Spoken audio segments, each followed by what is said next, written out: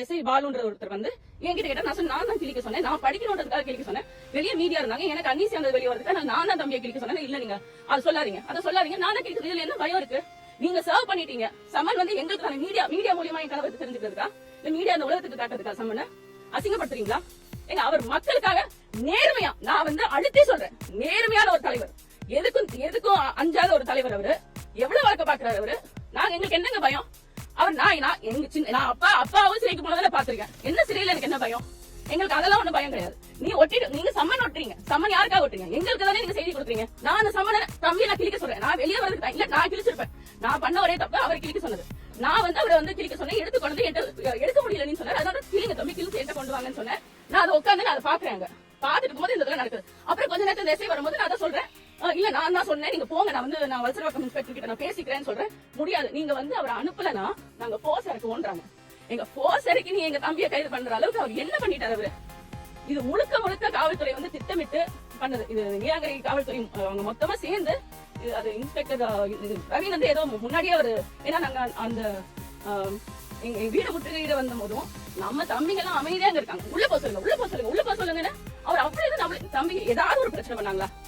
இதுக்கு முன்னாடி அவங்க வந்து நம்மள வந்து வீட முற்றுகையிட வரும்போது எங்க அதனோட சசியனோட வண்டியை வந்து பின்னாடி கல்ல சேர்த்தாங்க. அவங்க கண்ணு முன்னாடி தான் இருந்தாங்க. எத்தனை நாளுக்கு அப்புறம் அவங்க எஃப்ஐஆர் போட்டாங்க? இப்ப நேத்து போய் கேட்கும் போது எஃப்ஐஆர் போட்டுட்டோம், நாங்க கைது பண்ண 10 பேர்ல அவர் ஒருத்தர்னு சொல்றாங்க. எத்தனை நாள் போய் அவங்க போய் பாத்துருக்கோம்.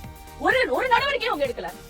இப்ப என்ன அன்னைக்கு அவர் அதே தான் பண்ணாரு. அப்ப இருந்தே அவருக்கு வந்து எங்களுக்கு வந்து சந்தேகம். அவருக்கு ஏதோ எங்க மேல அது வீட்டுல வந்து ஏதாவது இந்த மாதிரி கையை வைக்கணும்ன்றது அவரோட எண்ணம். வீட்டுல இருக்கிற நேரடியா அவர் பண்றதை விட வீட்டுல கூட இருக்கிறவங்க பண்ணும்போது அந்த மாதிரி டிஸ்டர்ப் ஆவாங்க. எங்களை டிஸ்டர்ப் ஆக்கணும்ன்றது அவங்களோட எண்ணம். நான் சுத்தமா எதிர்பார்க்கலாம். அதே மாதிரி காவல்துறை மேல நமக்கு ரொம்ப அதிக மரியாதை இருக்கு. இவங்க இவ்வளவு இப்படி நடந்துப்பாங்கன்ற எண்ணமே எங்களுக்கு கிடையாது. நாங்க யோசிக்கவும் இல்ல. இதுக்கு முன்னாடி சம்மன் கொண்டு வந்திருக்காங்க, மரியாதையா பேசுவாங்க, கொடுப்பாங்க, அவர்கிட்ட கையெழுத்து வாங்குவாங்க. இப்படிதான் நடந்திருக்கு. தவிர ஒட்டிட்டு போனதே எனக்கு முதல்ல விருப்பம் கிடையாது. நான் வீட்டுல இருக்கேன், இல்ல எங்க சொல்லிட்டு அவங்க ஒட்டிட்டு போயிட்டாங்க. யாருமே வீட்டுல இல்லாத வீட்டுல அவங்க ஒட்டிட்டு போன மாதிரி ஒட்டிட்டு போயிட்டாங்க. அதுக்கப்புறம் தான் நான் வந்து அவர் போர்ஸ் இறக்கும் அப்படின்னா சொல்லும் போது எனக்கு நல்லா தெரியும், நம்ம வழக்கறிஞர்ல இருந்து நம்ம கட்சி பிள்ளைங்க எல்லாருமே வந்துட்டு இருக்காங்கன்றது எனக்கு தெரியும். எனக்கு இதை வந்து அவங்க சென்சிடைஸ் பண்ணணும், 2 பேருக்குள்ள ஒரு பிரச்சனையை உண்டாக்கி நம்ம பிள்ளைங்களை கைய வைக்கணும்ன்றது அவங்க முடிவு எடுக்கிறாங்கன்னு எனக்கு தோணிருச்சு. அதனாலதான் நான் வந்து சுபாவை சரிங்க தம்பி நீங்க போங்க நம்ம பாத்துக்கலாம்னு சொல்லி. ஆனா இது நான் ரொம்ப நம்பிக்கை வச்சிருந்தேன். இதோ வந்துருவாங்கன்னு நான் நினைச்சிட்டு இருந்தேன். அவங்களை ரிமாண்ட் பண்ணிட்டாங்க. இனி நீதிமன்றத்துக்கு வழக்கு போயிருச்சு. நாங்க நீதிமன்றத்து மேல நாங்க ரொம்ப அதிக மரியாதை வச்சிருக்கோம், நம்பிக்கை வச்சிருக்கோம். நாங்க அவங்களை விரைவில் வெளியே எடுத்துருவோம். இது நாங்க அவர் மேல மனித உரிமையிலேயே நாங்க வழக்கு தொடருவோம். பிரவீன் பண்ணதுக்கு அவர் வந்து ஒரு எக்ஸ் சர்வீஸ்மேன். அவர் மேல அப்படி அவங்க கையாண்டிருக்கவே கூடாது.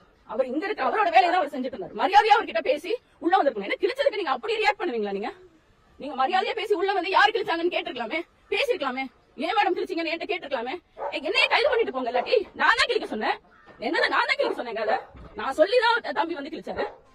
நேத்து இதை பேசக்கூடாது. அவர் என்ன ஈகோல இருக்காருன்றது நமக்கு நல்ல எனக்கு முதல் தெரியல. மீடியாவுக்கு ரொம்ப நன்றி. நான் ரொம்ப நேரம் வரைக்கும் எனக்கு புரியாமே இருந்தது.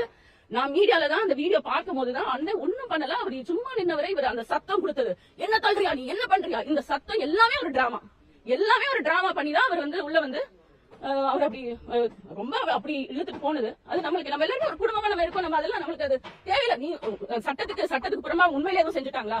நீங்க பண்ணுங்க. அவர் ஒண்ணுமே பண்ணாதவரை நீங்க அதுல சாரி கேட்டாங்க. என்னங்க நான் எங்க அண்ணன் எதுவும் பண்ணிட்டாரு எனக்கு ஒன்னும் புரிதல் இல்லாம தான் நான் வந்து எனக்கு ஒண்ணுமே புரியல. நான் வந்து சாரி சார் நீங்க விடுங்க சார் அவர் அப்படின்னு சொல்லி நான் கேட்கிறேன். இதுதான் நேற்று நடந்தது. நான் நேற்று பேசாத காரணம் ஈகோல அவர் வேற ஏதாவது பண்ணிடுவாரோ நம்ம ஆளுங்க அங்க இருக்காங்கன்ற ஒரே இதனால தான் நான் அமைதியா இருந்தேன். இன்னைக்கு இது கட்டாயம் பேச வேண்டிய சூழல் வந்துருச்சு. அவங்க ரிமாண்ட் பண்ணிட்டாங்க. என்ன அவங்கள வேலை செய்ய விடாம தடுத்ததா சுபா மேலையும். ஏன்னா அவங்க ஒட்டும் போது சுபா எதுவுமே பண்ணல. அவங்க ஒட்டிட்டு போயிட்டாங்க. யாருமே எந்த மறுப்பும் தெரிவிக்கல. நான் இருந்தேன்னா மறுப்பு தெரிவிச்சிருப்பேன், ஒட்டாதீங்கன்னு நான் சொல்லியிருப்பேன். ஆனா சுபா எதுவுமே சொல்லல. அவங்க ஒட்டிட்டு போயிட்டாங்க. அந்த மறுப்பும் தெரிவிக்கல. அவங்க வேலை செய்ய விடாம சுபா தடுக்கவே இல்லை. இன்னொன்னு ஆயுதத்தை காட்டி மிரட்டினாங்க. அண்ணன் தன்கிட்ட துப்பாக்கி இருக்குன்றத அவங்க அப்படி மேன் ஹேண்டில் பண்ணும்போது அதை சொல்லிடணும்ன்றதுக்காக அவர் சொல்லி என்கிட்ட இருக்குன்னு சொல்லி அவர் தான் எடுத்து கொடுக்குறாரு. அதுவும் தேங்க்ஸ் டு மீடியா, நீங்க அதை கவர் பண்ணீங்க. அது அவர் தான் எடுத்து கொடுக்குறாரு. சுபா வந்து துப்பாக்கியை காட்டி மிரட்ட சொன்னதாகவும் இவர் மிரட்டினதாகவும் இன்னொரு வழக்கு.